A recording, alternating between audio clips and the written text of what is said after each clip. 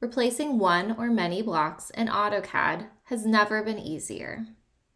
Select the block or blocks you want to replace.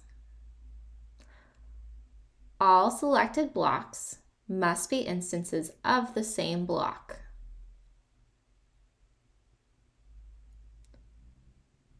Click Replace or use the BRE Place command.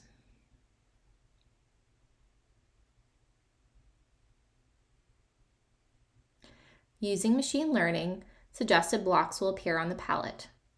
In addition, you can pick a block on your canvas to replace with or choose from a visual list of your most recently used blocks from the palette.